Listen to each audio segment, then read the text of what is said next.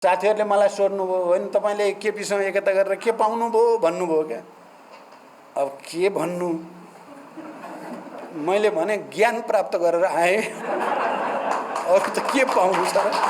ठुलो ज्ञान प्राप्त गरेर आएको छु, त्यो ज्ञान अब काङ्ग्रेसलाई पनि काम लाग्छ, अब अरू साथीहरू माधवजीलाई नि काम, सबैलाई काम लाग्ने ज्ञान प्राप्त गरे भने जस्तै लाग्छ। विजय भयो भनेर चाहिँ हामी रिल्याक्स गर्न थाल्दा रहेछौँ, अनि फ्याट हान्छ हेर्नुहोस् अर्कोतिर।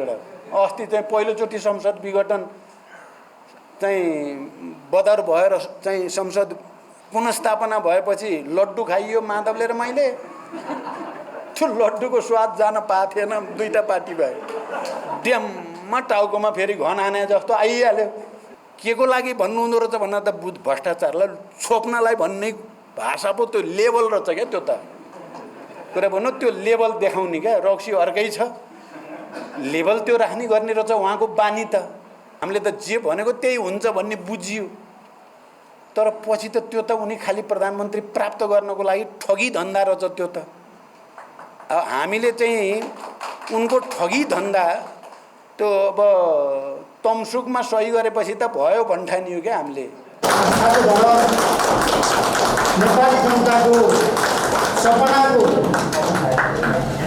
प्रत्येक अध्यक्ष कमरेड प्रचण्ड हाम्रो कार्यक्रम स्थलमा पुगिसक्नु भएको छ। हामी उहाँलाई औपचारिक रूपमा स्वागत गरिसकेका छौँ। म अब कार्यक्रमलाई औपचारिक रूपमा अगाडि बढाउन चाहन्छु।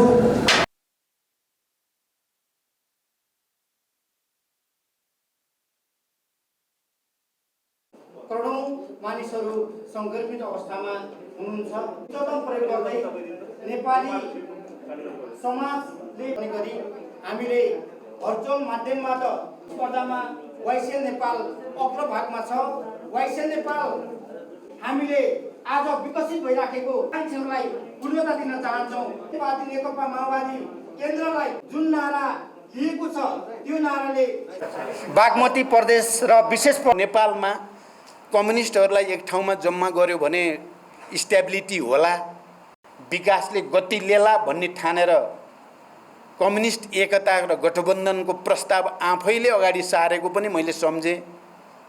तर दुर्भाग्य त्यो अगाडि जान सकेन। 5 वर्ष जस्तो पहिला नेपाली कङ्ग्रेसले चुनाव जितेर पनि 5 वर्ष टिक्न नसकेको तितो यथार्थ जस्तो हामीले पञ्चायत विरोधी आन्दोलनको सफलतापछि भएका थियौँ। अहिले समाजवादी आन्दोलनको तयारीको क्रममा कम्युनिस्ट आन्दोलनभित्र भएको त्यो ध्रुवीकरण पनि 5 वर्ष पनि टिकेन। बरु भयानक प्रतिगमनको नायिकेहरू नै कम्युनिस्ट आन्दोलनभित्रैबाट आए, देखा परे। प्रतिगमन भनेर हामीले देशव्यापी अभियान चलाउन पर्यो। देशव्यापी अभियान भयो। मैले त त्यसलाई पहिलो संसद विघटन भएपछिकोलाई तपाईँहरूलाई थाहा छ, यो अर्को भिन्न प्रकारको जनयुद्ध नै ठाने मैले। यो प्रतिगमनलाई परास्त गरिएन भने सबै उपलब्धि खतरामा पर्ने, देश खतरामा पर्ने, ठुलो दुर्घटनामा देश जाने र फेरि 30औं वर्ष 40औं वर्ष फेरि भिन्न ढङ्गले सङ्घर्ष पो गर्नुपर्ने हो कि भने जस्तो स्थिति देखा पर्यो। त्यसकारण हामी यो चाहिँ लाइफ एन्ड डेथकै, जीवन मरणकै सङ्घर्षको रूपमा लियौँ हामीले। तपाईहरू सबै साथी हुनुहुन्छ, तपाईँ युवाहरू त्यसमा पनि सक्रियतापूर्वक चाहिँ लाग्नुभयो। तपाईँहरू हजारौँ र लाखौँ जनता सडकमा, काठमाडौँको सडकमा उतार्यौँ हामीले पटक पटक। अरू राजनीतिक दलहरूले पनि आफ्नो ठाउँबाट यो प्रतिगमनै हो, यो निरङ्कुशता नै हो, यो संविधान र लोकतन्त्रका विरुद्ध घात हो भन्ने ढङ्गले आए। मैले त्यो कुरा पनि सम्झेँ।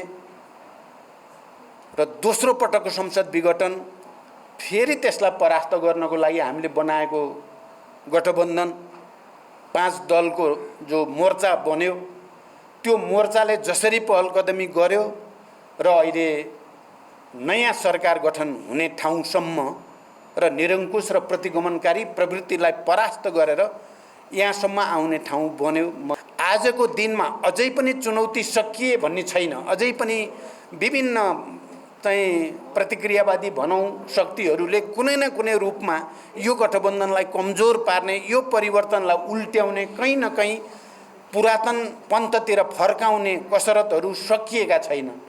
त्यसकारण तपाईँ युवा साथीहरूले यो जिम्मेवारी गम्भीरतापूर्वक आत्मसात गर्नुपर्ने र त्यसको निम्ति सृजना, सक्रियता, गतिशीलता, नयाँ चिजलाई ग्रास्प गर्न सक्ने क्षमताका कारणले युवाहरूले नै मुख्य रूपमा त्यसलाई समाजमा स्थापित गर्न पहल कदमी लिनुपर्छ भन्ने म ठान्छु। तपाईहरुको उमेर नै त्यस्तो उमेर हो जसले आत्मसात गरेर सक्रियतापूर्वक लाग्यो भने ठुला प्रतिक्रान्तिकारी षड्यन्त्रहरूलाई परास्त गर्न सकिन्छ। ठुल्ठुला षड्यन्त्रहरूलाई हामीले विजय हासिल गरेर नयाँ ठाउँमा लान सकिन्छ। मेरो अपिल त्यही हुन्छ कि तपाईहरुले यो कुरालाई गहिरो गरी आत्मसात गर्नुहोस् र हाम्रो आशा तपाईहरुमाथि छ। अहिले अब हामी झन्डै भनौँ न, अब 70 को दशकतिर पुग्ने भने त जीवनको उत्तरार्धतिर नै हो। हुन त फेरि के कुरा पनि हेक्का रहोस् भने चाहिँ विचार र प्रवृत्ति चाहिँ बुढो हुँदैन, भौतिक शरीर चाहिँ बुढो हुन्छ मान्छेको, तर प्रवृत्ति र विचार भन्ने कुरा बुढो हुने कुरा चाहिँ होइन। मेरो एउटा प्रवृत्ति छ भने त्यो प्रवृत्ति बाँचिन्जेल रहन्छ। अब त झन् प्रवृत्ति बदल्न सकिँदैन यो उमेरमा। हामी नै हो चाहिँ अप्ठ्यारो कामको जिम्मा मैले पाउन पाए हुन्थ्यो भन्ने प्रवृत्तिका थियौँ हामी। मोर्चामा अग्रपङ्क्तिमा मलाई पठाइयोस् भनेर झगडा गर्ने हिजो हामी आज मलाई चाहिँ यो पदमा पठाइयोस् भनेर झगडा गर्नेमा हामी रूपान्तरण हुँदै जाने खतरा भएकै छ। यसले त हामीले सोचे जस्तो समाज, हामीले सोचे जस्तो राष्ट्र निर्माण गर्न सकिँदैन। त्यसकारण अहिले केन्द्रीय समितिमा हामीले एउटा सङ्कल्प गरेर आएका छौँ युवा साथीहरू। होइन, हामी परिवर्तनका वाहकको रूपमा, जनताका सेवकको रूपमा, यो राष्ट्रको एकताको निम्ति समर्पित शक्तिका रूपमा विचारको स्वत्व, विचारको एउटा मौलिकता हामीले दिन नसक्ने र आदर्शको निम्ति समर्पित भएर लड्न नसक्ने हो भने हाम्रो औचित्य यो देशमा रहँदैन बाँकी भने छौँ हामीले केन्द्रीय समितिमा। किनभने त्यसको निम्ति नेपाली कांग्रेस पनि पार्टी छ, एमाले केपी ओलीको नि छँदैछ, अरू पार्टी पनि छन्। उस्तै काम हामीले पनि उस्तै नै गरिराख्ने हो भने हामी अलगै पार्टी किन हुन पर्यो? त्यहीँ गएर बसे भयो नि त। त्यसकारण जनतालाई हामीले झुट नबोल्ने, जनतालाई नठग्ने, मुखले एउटा कुरा भन्ने व्यवहार ठिक उल्टो गर्ने जो प्रवृत्ति हामी लड्याउने अहिले 3 वर्षदेखि हामी प्रताडित पनि भयौँ। हामी यहाँ स्थायी समितिका नेताहरू यति धेरै हैरान परेशान भयौँ 3 वर्षमा। हामी त कस्ता परियो भने हामी हिजो जनयुद्धमा पनि ढाँट छलको राजनीति त हुँदैन, विज्ञानमा बेइमानी चल्दैन।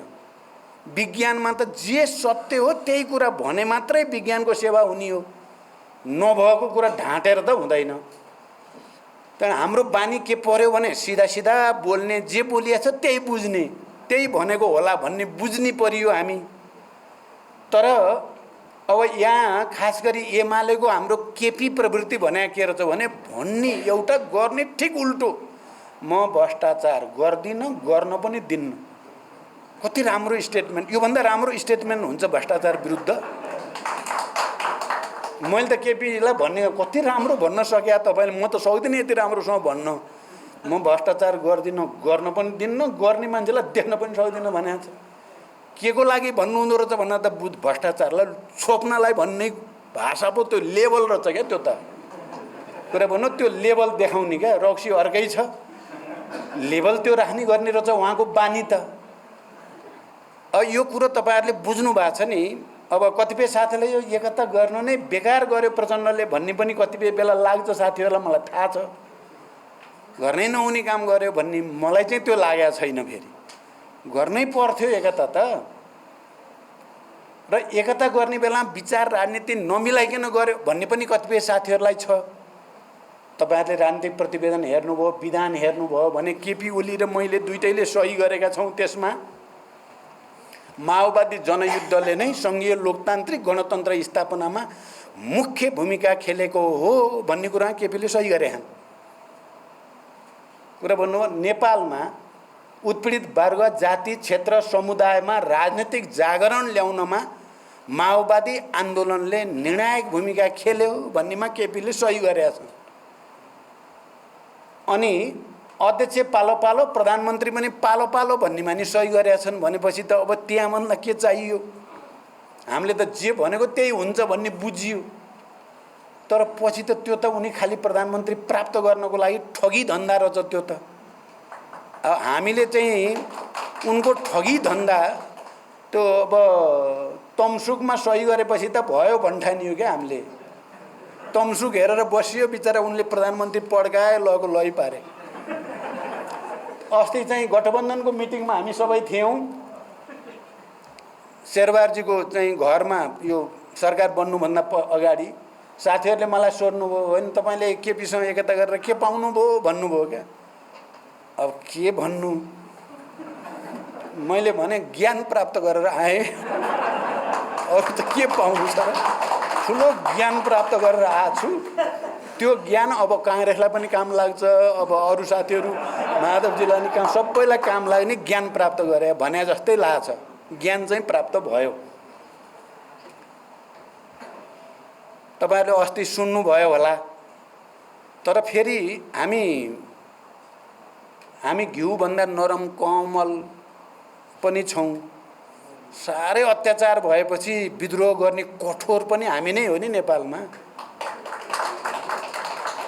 बडो नरम भएर हामीले एकता पनि गऱ्यौँ, तर उनको निरङ्कुशता, बेइमानी, जाल जेल, छल कपट नजिकबाट बुझेपछि त्यसलाई निर्णायक ढङ्गले प्रहार गर्ने विद्रोहको नेतृत्व पनि त हामीले नै गऱ्यौँ नि त। यो कुरा तपाईँ युवा साथीहरूले गहिरो गरी बुझ्न जरुरी छ। हामीले नै गऱ्यौँ नि त। अहिले कसले परास्त गर्यो त फेरि केपी प्रवृत्तिलाई? बादशाहलाई घोडाबाट ढाले जस्तो गरी ढालियो कसले त भन्ने पनि विचारणीय छ नि त। त्यस कारण हामी राष्ट्रप्रति, जनताप्रति, परिवर्तनप्रति, लोकतन्त्रप्रति हामीले गठबन्धन गर्दाखेरि तीनटा कुरा मेन भन्यौँ। संविधानको रक्षा, लोकतन्त्रको रक्षा र राष्ट्रियताको रक्षाको निम्ति हो यो गठबन्धन। यो तीनटाको रक्षा गर्ने कुराको आवश्यकता रहँदासम्म यो गठबन्धन चलिराख्छ भनेर प्रतिज्ञा गरेका छौँ जनताको अगाडि।